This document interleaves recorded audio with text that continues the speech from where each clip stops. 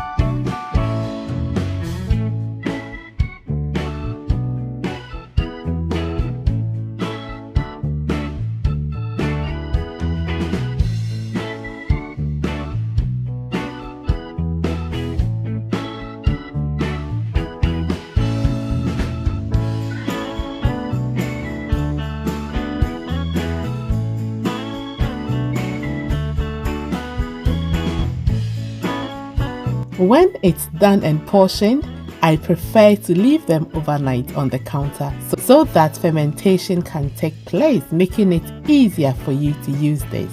So once you want to use it, just go ahead and add water and dissolve it as you would normally cook your porridge until it is nice and thick. And you know how we do it. Go ahead and serve it with your Akaara or koose, and you may want to check my easy peasy Akaara recipe as well and enjoy with family and friends. I do hope you enjoyed this.